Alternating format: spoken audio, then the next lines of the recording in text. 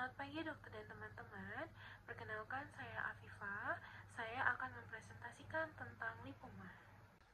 Nah, untuk definisi dari lipoma sendiri, lipoma adalah tumor subkutan jinak yang umumnya terjadi, yang terdiri dari sel-sel lemak atau adiposit dan muncul sebagai nodul lunak dan tidak nyeri. Lipoma paling sering muncul pada bagian batang tubuh dan juga ekstremitas atas. Ini adalah etiologi. Jadi penyebab pasti dari lipoma hingga saat ini tuh belum jelas diketahui. Namun ada beberapa faktor yang diduga bisa berperan dalam pembentukannya.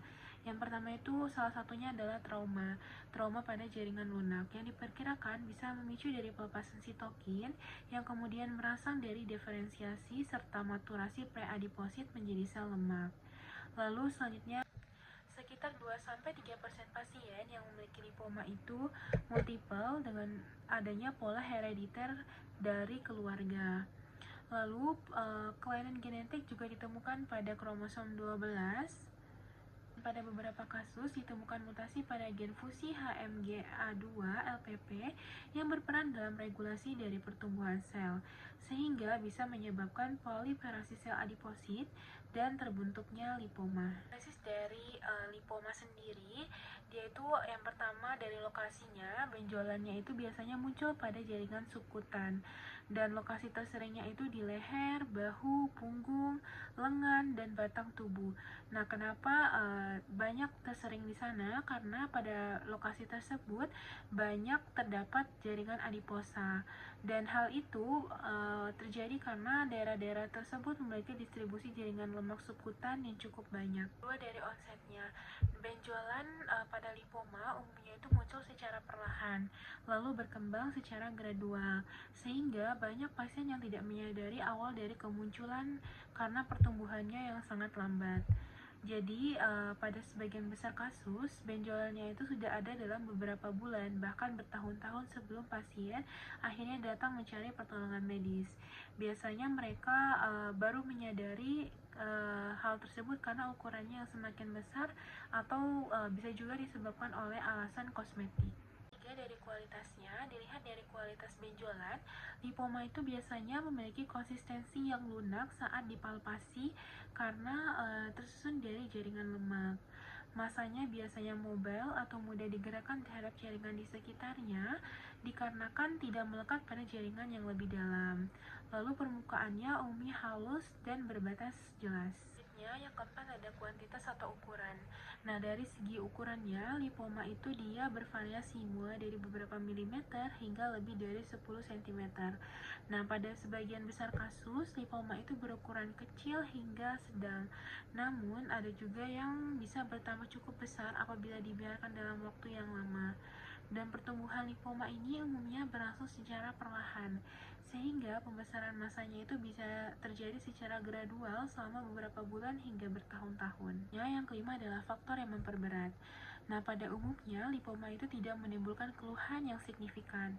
Namun, pada beberapa kasus lipoma itu bisa menimbulkan nyeri apabila ukurannya itu lebih besar, sehingga dia menekan saraf atau jaringan di sekitarnya.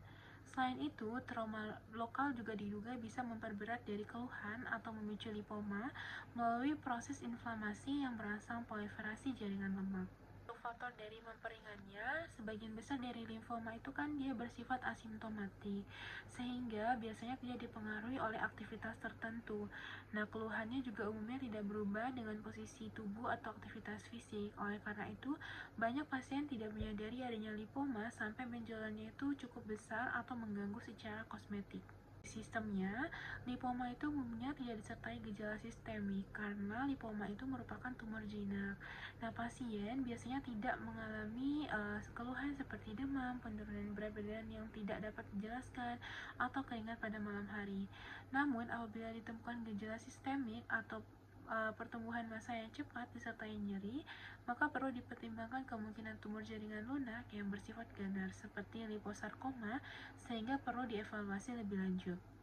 Selanjutnya adalah pemeriksaan fisik. Yang pertama adalah dari inspeksi terlebih dahulu. Nah, untuk lipoma sendiri biasanya itu tampak benjolan subkutan bulat atau oval dan ukurannya itu bervariasi 1-10 cm. Nah, kulit yang menutupi masanya itu dia masih normal, tidak ada perubahan warna, ulcerasi, maupun tanda-tanda inflamasi. Lalu lipoma itu paling sering pada daerah yang memiliki subkutan seperti leher, bahu, punggung, lengan, dan dinding dada. Untuk palpasi, lipoma sendiri biasanya memiliki konsistensi yang lunak karena dia tersusun dari jaringan lemak, dan umumnya itu dia mobile atau mudah digerakkan saat pemeriksaan. Lalu untuk permukaannya dia halus dengan batas yang relatif jelas saat diraba, dan sebagian kasus pada lipoma itu tidak menimbulkan nyeri tekan.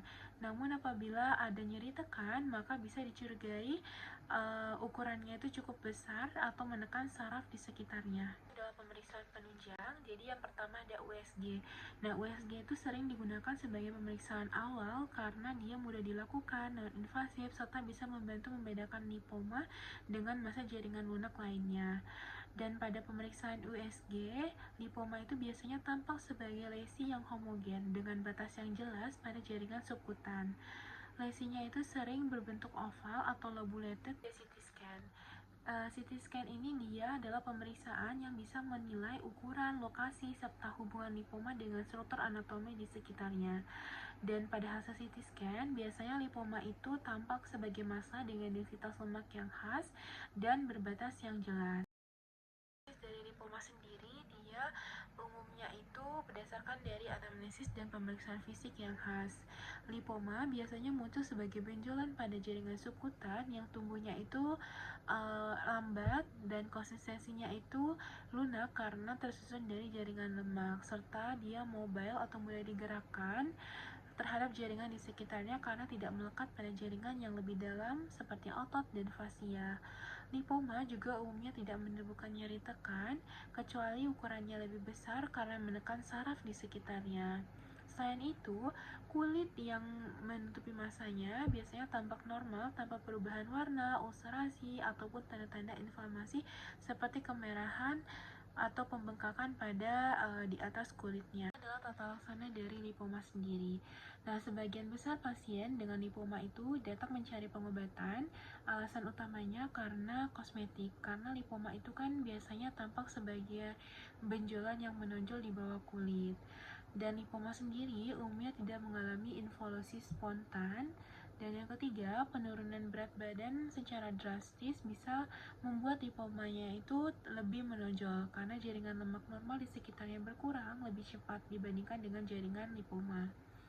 Lalu pada lipoma yang berukuran kecil, stabil, dan tidak menimbulkan gejala, biasanya dapat dilakukan observasi klinis tanpa tindakan yang khusus. Namun, apabila lipomanya menimbulkan keluhan seperti nyeri, gangguan fungsi, pertumbuhan yang semakin membesar, atau masalah kosmetik, bisa mempertimbangkan lagi terapi. Untuk terapi bedah, terapi yang paling sering dilakukan adalah eksisi bedah, yaitu dengan mengangkat seluruh lapisan massa dari lipoma. Nah, pada tindakan ini, pengangkatan kapsul secara lengkap itu dianjurkan untuk mencegah dari kekambuhannya. Dan pada lipoma subkutan, insisinya itu biasanya dibuat sejajar dengan garis tegangan kulit atau skin tension line supaya hasil kosmetiknya itu lebih baik dan bekas lukanya bisa lebih minimal.